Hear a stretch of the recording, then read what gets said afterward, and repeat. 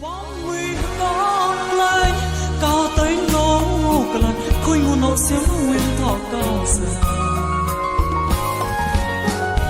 nhìn áng mà này lúa hề nhát u cao bóng tao như ta nọc lo thọ cao man dê lên mẹ lý na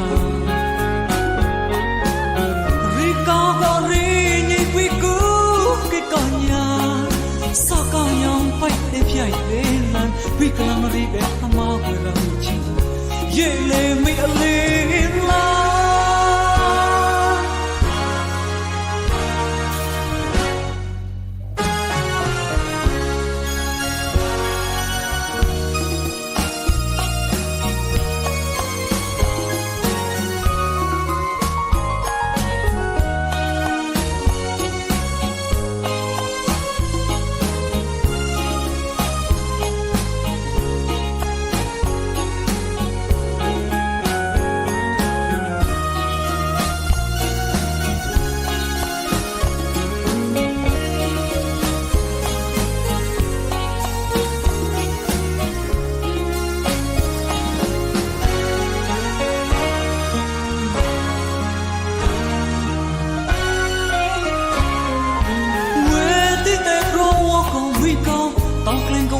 chan